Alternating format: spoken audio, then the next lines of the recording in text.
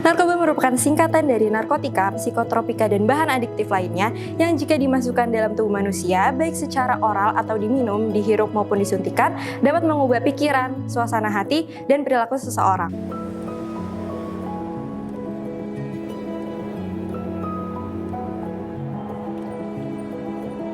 Berdasarkan Permenkes nomor 2 tahun 2017 tentang perubahan penggolongan narkotika, jenis-jenis narkotika diantara dibagi menjadi 3 golongan. Golongan yang pertama adalah golongan narkotika yang hanya dapat digunakan untuk tujuan pengembangan ilmu pengetahuan. Narkotika ini tidak digunakan dalam terapi, serta mempunyai potensi yang sangat tinggi untuk mengakibatkan ketergantungan. Contohnya adalah opium, ganja, heroin, amfetamin, dan lain sebagainya. Sementara untuk golongan kedua adalah narkotika yang berkhasiat untuk pengobatan, bisa digunakan sebagai pilihan terakhir dan dapat digunakan dalam terapi untuk tujuan pengembangan ilmu pengetahuan, serta mempunyai potensi tinggi untuk mengakibatkan ketergantungan. Contohnya adalah metadon, morfin, petidin, oripafin, dan lain sebagainya. Sementara narkotika golongan ketiga, di sini hanya ada perbedaan dalam potensinya yang cukup ringan dalam mengakibatkan ketergantungan. Contohnya adalah kodein, narkotein, dan lain sebagainya. Menurut data dari Badan Narkotika Nasional, terdapat sekitar 4,8 juta penduduk desa maupun kota dengan rentang usia 15 sampai 64 tahun yang pernah menggunakan narkoba sepanjang 2022 hingga 2023. BNN juga mengungkap terdapat 768 kasus tindak pidana narkotika dengan tersangka sebanyak 1.209 tersangka. Maka dari itu, diperlukan upaya untuk melakukan pencegahan bahaya narkoba yang dilakukan oleh BNN. Hal ini selaras dengan tugas BNN, yaitu untuk melaksanakan tugas pemerintah di bidang pencegahan, pemberantasan, penyalahgunaan, dan peredaran gelap narkoba. Sebelum kita membahas lebih lanjut, kami akan terlebih dahulu memperkenalkan anggota dari kelompok kami. Check this out.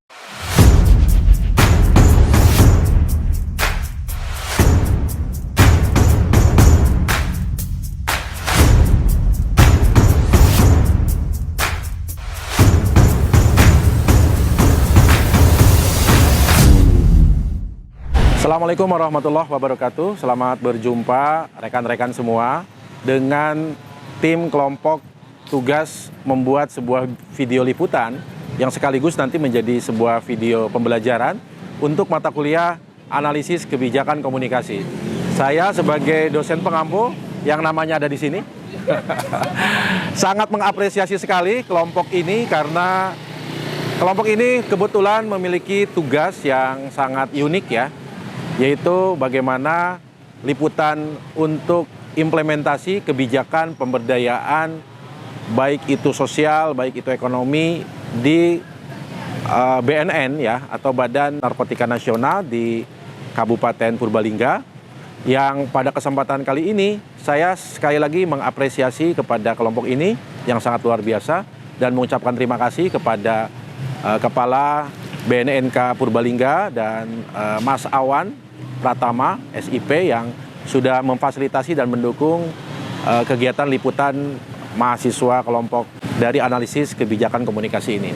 Tujuan dari penugasan ini bahwa mahasiswa itu di era digital memang ditantang dan memang perlu ada sebuah media-media untuk mengapresiasikan ya dan mendemonstrasikan berbagai keahlian ya, kemampuan dari mahasiswa ilmu komunikasi, mulai dari mematangkan sebuah skenario, kemudian melakukan liputan ya, teknik peliputan, sampai editing, layouting, dan nanti menghasilkan sebuah produk yang mudah-mudahan menjadi motivasi, inspirasi untuk rekan-rekan semua atau untuk publik, khususnya tentang masalah analisis kebijakan komunikasi dalam konteks pemberdayaan di BNNK Purbalingga. Demikian, sekali lagi, selamat menikmati video yang sangat luar biasa ini. Assalamualaikum warahmatullahi wabarakatuh.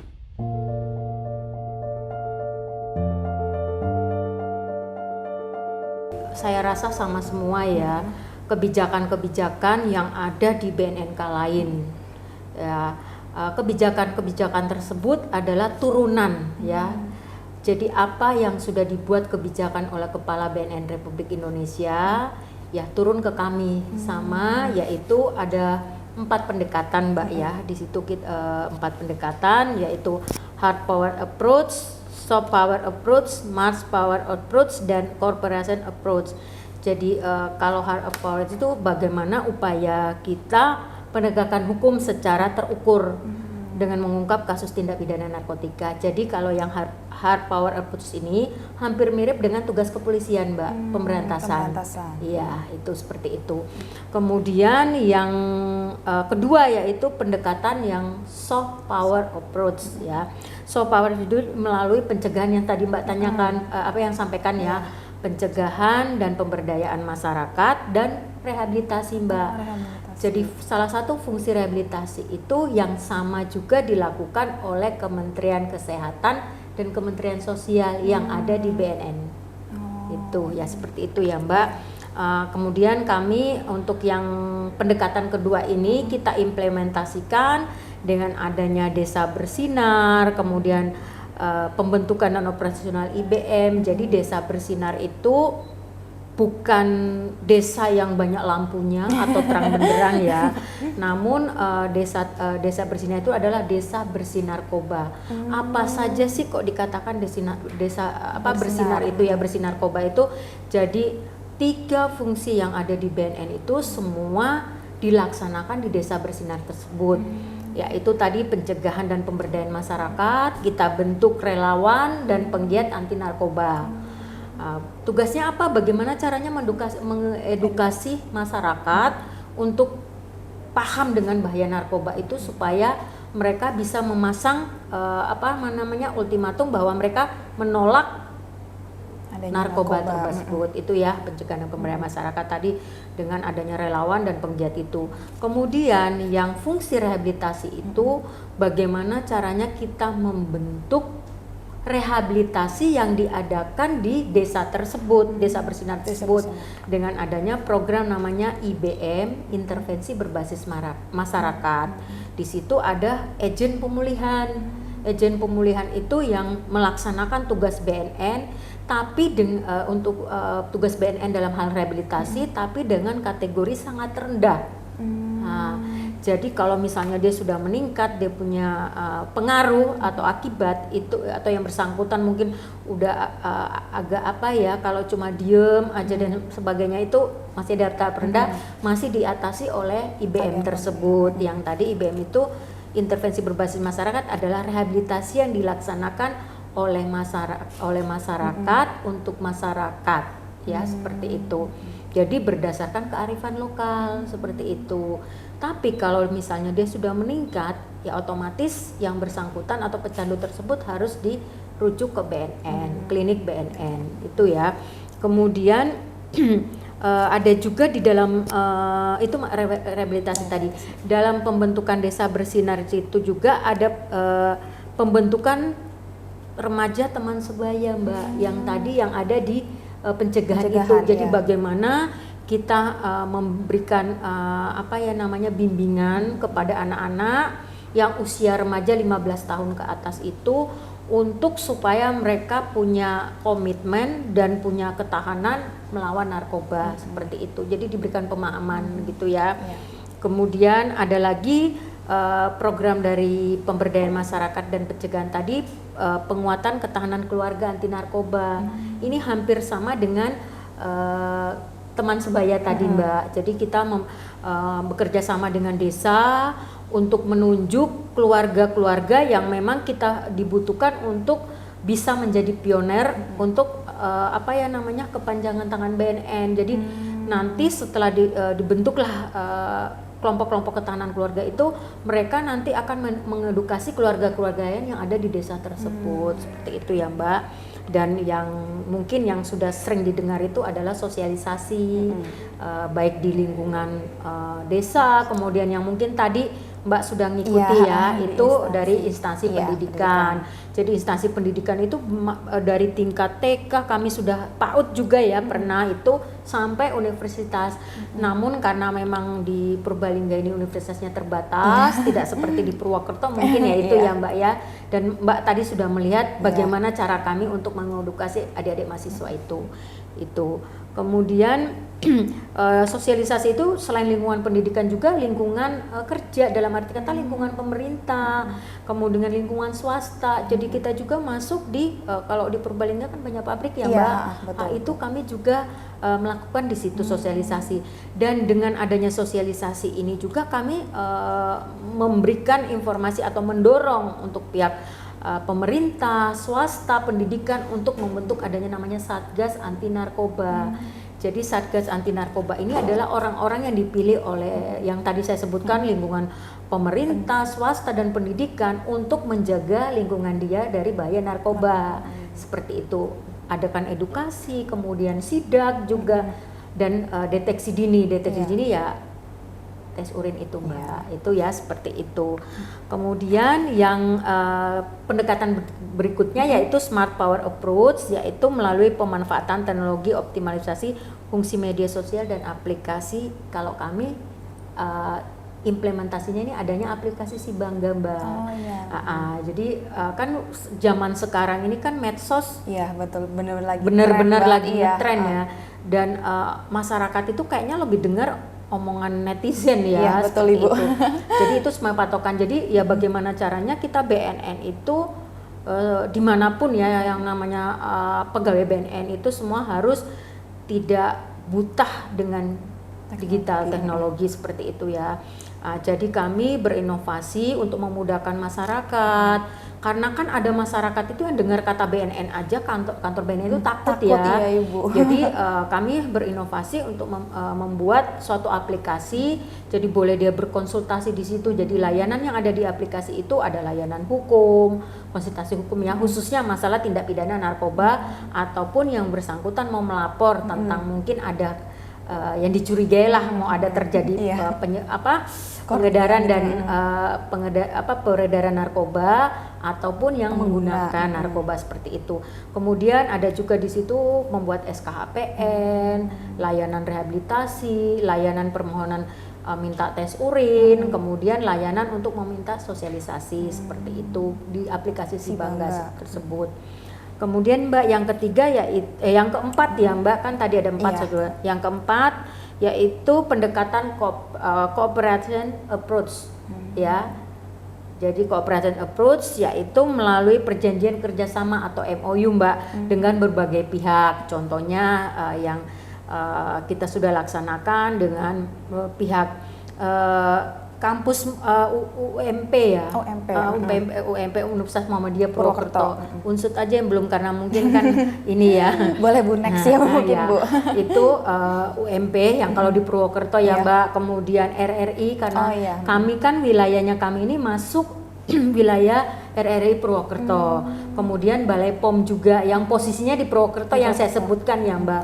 Kalau yang di sini hampir semua Mbak sekolah dari SMP sampai SMA itu ada sama perguruan tinggi. Kalau instansi pemerintah juga dengan kepolisian itu yang criminal justice system ya, kejaksaan, kemudian rutan itu kami ada kerjasama juga seperti itu. Kalau yang itu.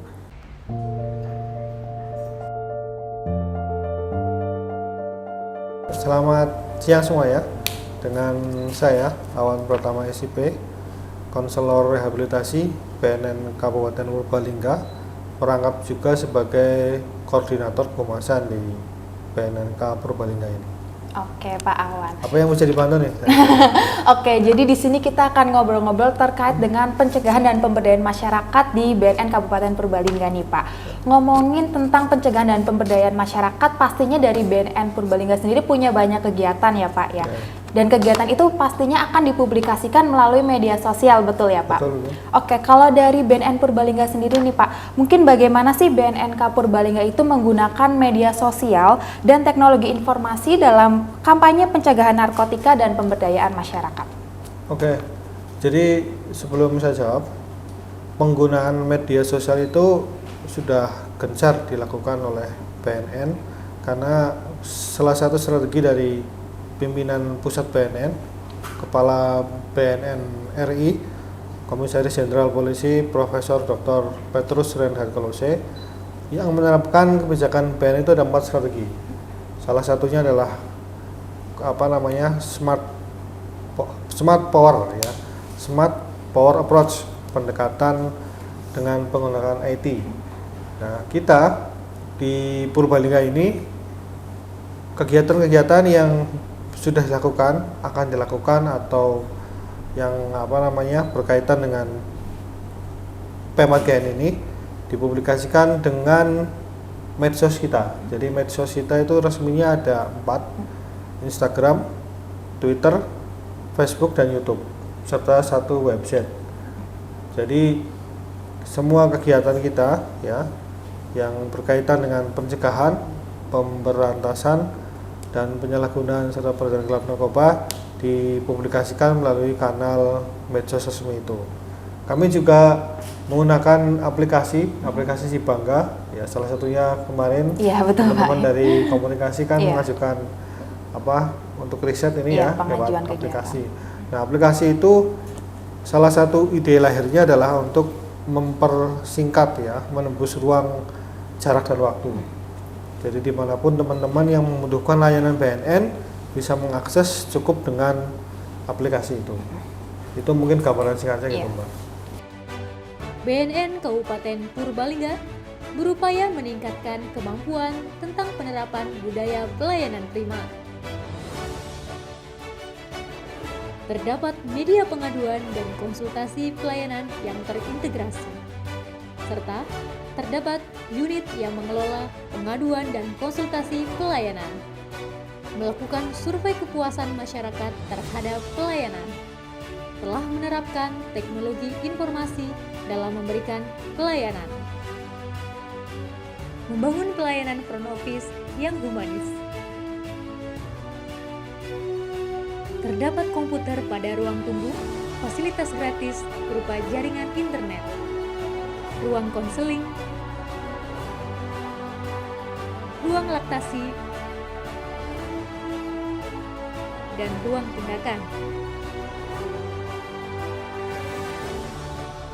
Terdapat adanya papan penunjuk arah, titik kumpul, akses dan fasilitas untuk disabilitas, serta kamar mandi khusus,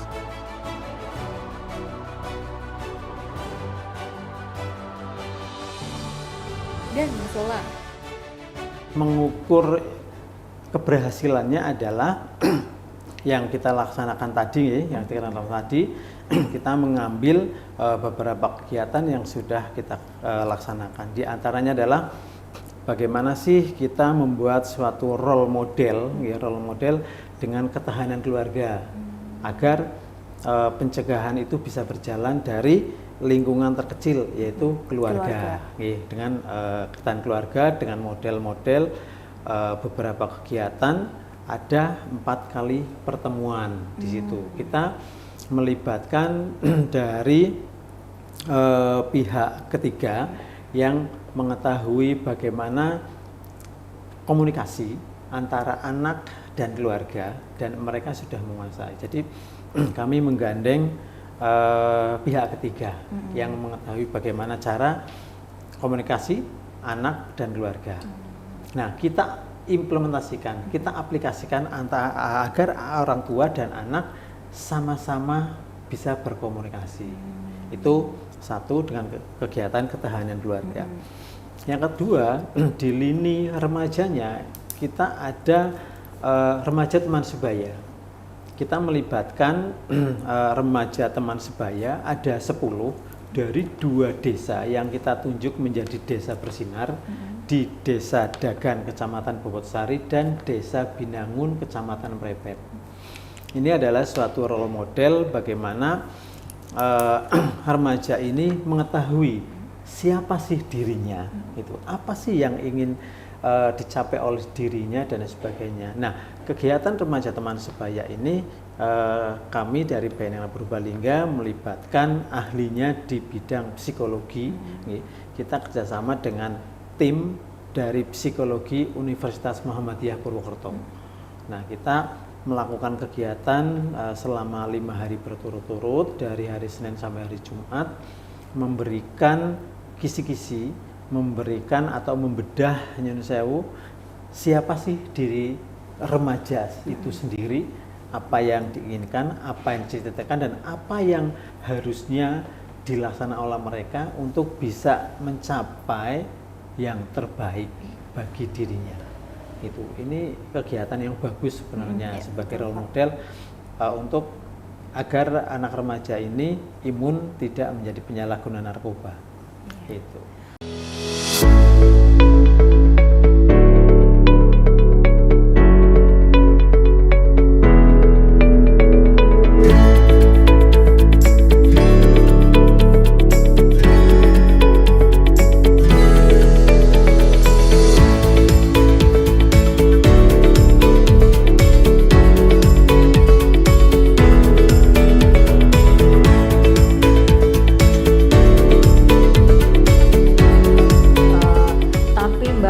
Kalau dilihat ya bagus sekali ya pendekatan itu. Tapi pelaksanaan kebijakan itu otomatis pasti ada kendala. Apa aja tuh kalau boleh tahu untuk kendala? Kendalanya yang pertama itu, yang masalah pertama itu adalah SDM, Mbak. SDM, kemudian anggaran. Kalau anggaran saya yakin bukan cuma di BNN semua ya. Kalau karena kapasitas kami saja untuk pegawai BNN Kabupaten Purbalingga ya itu 32 orang. Namun 32 orang itu sudah termasuk dengan PPNPN.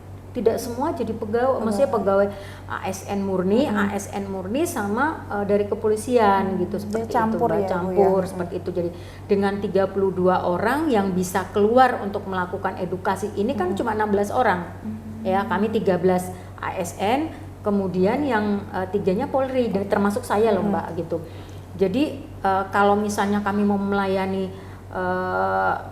masyarakat Purbalingga dengan 18 kecamatan, kemudian 293 kelurahan dan desa dan kelurahan, kayaknya kami tidak mampu seperti itu. Itu yang salah satu kendala yang SDM ya. Kekurangan SDM. Kemudian tadi anggaran, kemudian sarana prasarana, Mbak lihat saja kantornya mungil ya. Di sini juga ada seharusnya kalau yang benernya ada klinik itu harus posisinya itu di luar kantor, di depan, kantor tunggal gini ya. Harus mungkin di depan, di belakang, di samping boleh.